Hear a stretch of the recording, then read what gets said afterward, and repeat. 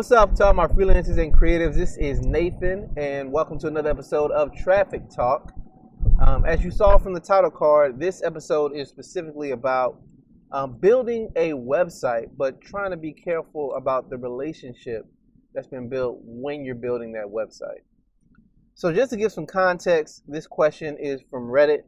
And again, I like looking at questions on Reddit because you have a mix of beginners. You also have a mix of people who are experienced.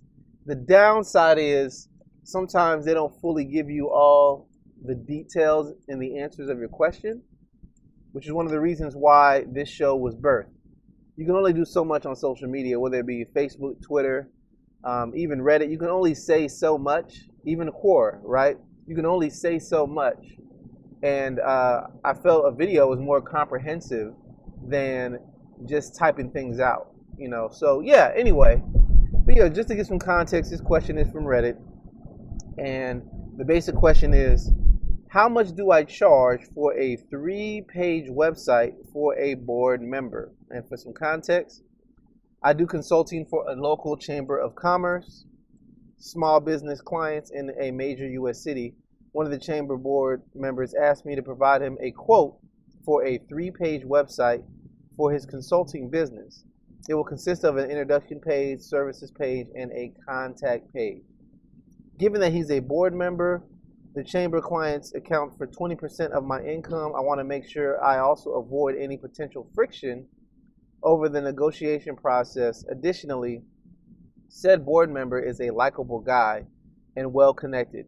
Hence, this simple website could lead to other clients. Given the scenario I outlined above, how much do you suggest charging for a 3-page WordPress site?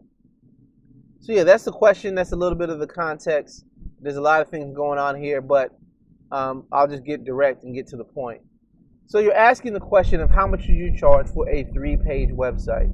I can definitely tell you, since I'm a web designer and I use WordPress as well, I've been asked the same question. People have come to me and they've asked the question, how much do you charge for a website? It's only 5 pages, right?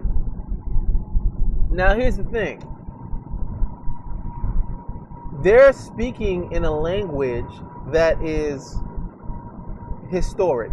And what I mean by that is they're basing pricing on pages of a website.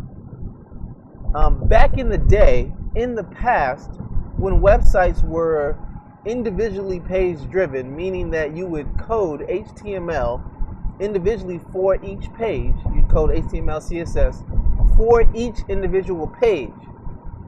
That is where pricing per page came up. Somebody says you have a design, how many pages do you have? 20. Okay, 20 pages multiplied by this is the final rate. That is where that pricing came from. However, currently in today's economy, websites are more specific to their functionality and their dynamic.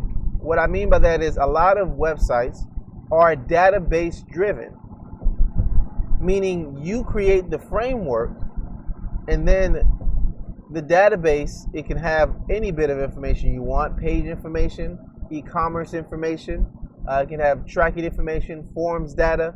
It stores a lot more information.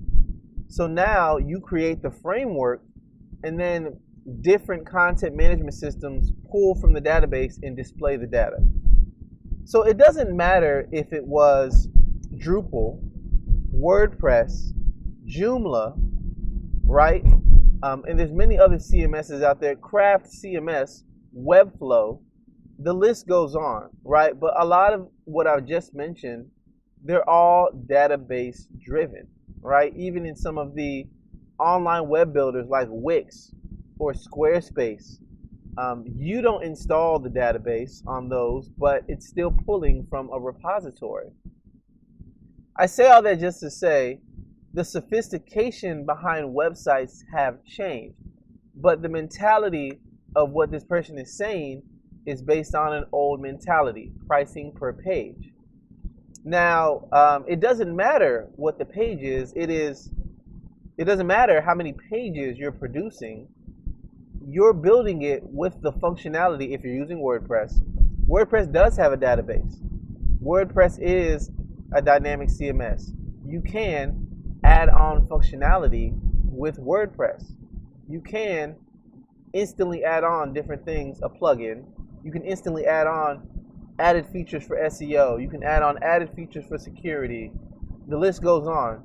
I'm bringing all of this up to say that the number of pages does not matter. It is the functionality and the power of what you're giving to your client. So if you built the website and it's 3 pages and your client wanted e-commerce functionality, it's that much quicker and easier for them to get rather than you coding it from scratch.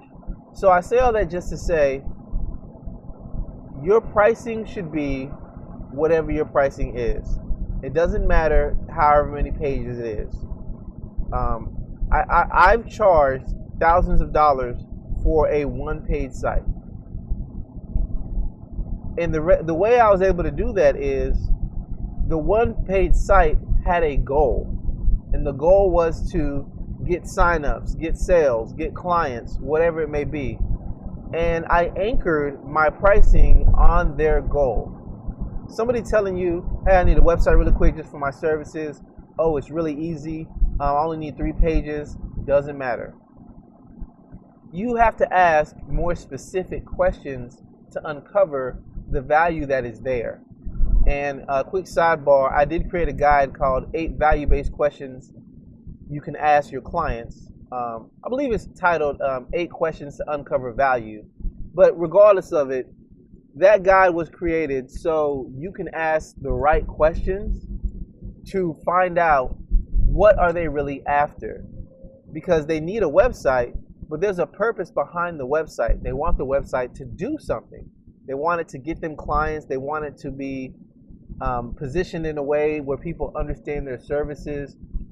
Who knows? Maybe you build the website and they don't get as many phone calls anymore. And the people that do call them, they're ready to book because you did a good job of explaining his services on his website.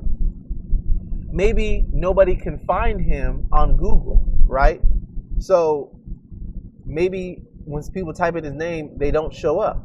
However, you optimize the website, and now when people search for certain terms, they're on page 1 of Google, right? Or they're on local business listings for Google. I'm bringing up all these ideas because you have to anchor the pricing on what it is they're trying to accomplish in their goal, not on how many pages you're building, right? If it's that easy, yeah, recommend that the person go to Wix.com or Squarespace.com. Let him choose a template and go forward with that. But there's a reason they're coming to you. They're coming to you because they trust you. They're coming to you because you've done other work for other people. They're coming to you because some way or another they like the work you produce.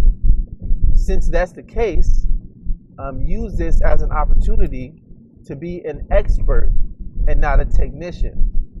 An expert or a professional is you're making recommendations. You're talking to them. You're saying, I know you came to me for 3 pages, but after speaking to you and understanding your business, this is the best path forward. This is what you want. Versus just he wants 3 pages and you say, okay, right away. That's a technician. You don't want to do that. There's other things you can position this on, whether it be the power of WordPress, whether it be SEO ranking on Google, whether it be findability through different mediums, whether it be they do get more clients after working with you. So you need to find out and do deeper discovery to uncover what is their current state. Because ultimately that's what you're trying to prove. If they get 10 clients a week and after working with you, you build the website, they get 20, that is valuable, right? And there's a way to do that. There's an episode of Freelance Jumpstart Podcast, and it's called What Is It Worth? And on that, I walk through this like a real life example of somebody who wanted to pay me for something small, but I understood and asked questions about their business, and they saw what they really wanted to offer me was very low, and the service I provided was way higher. But I had to find out how many clients their website referred to them. And that helped me determine the true price of what I could charge, and they understood how important it was. The other half of what you mentioned is this person is a part of the Chamber of Commerce. They know other people. They're a likable guy. I believe they're one of the point people for the Chamber of Commerce, and you don't want to ruin the relationship. So, relationship building is important, and I'm glad you're thinking about it. But I can definitely say this: if you give this person a discount, they're going to refer you other clients, but they're all also probably going to be discounted clients. Because I did the same thing thinking I'm helping someone or helping nonprofits by giving them a discount. The majority of the time, it almost never led to work that was full value. It always led to discount clients, people whose budget weren't as large as I would hope, or it would always lead to people coming to me saying, I know that's your price, but can you give me a discount? I heard you gave a discount to this person. So discount customers always beget more discount customers, at least in my experience. So I will admit, there were a few times where I worked with someone, I gave them a discount, but in the future, it was full price, and they were fine with paying because I impressed them the first time.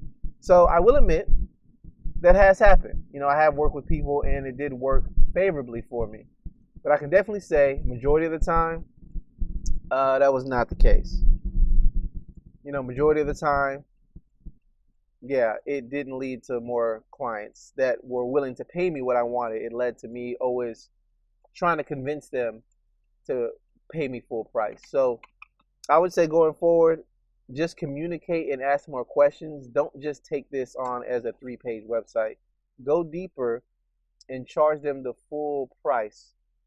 And even if they don't want to pay that, recommend them a different service. Thank you for taking the time to check out this episode. I greatly appreciate it. I'm actually at my destination, so we're going to close the question here. But ultimately, stay on your value. Don't miss out on that value. Push that forward, and you do good work. You do great work, and continue to do that. For anybody wondering, there is a course I have about this. It's free. It's called Respect and Value. You can go to respectandvalue.com, and in that course, I specifically talk about how to get paid what you're worth and make sure you stay in that lane of getting paid of what you're worth. So anybody has a question, feel free to reach out to me. I'd love to feature it on the show. And thank you for just listening to this question, and I will catch you in the next one. See you.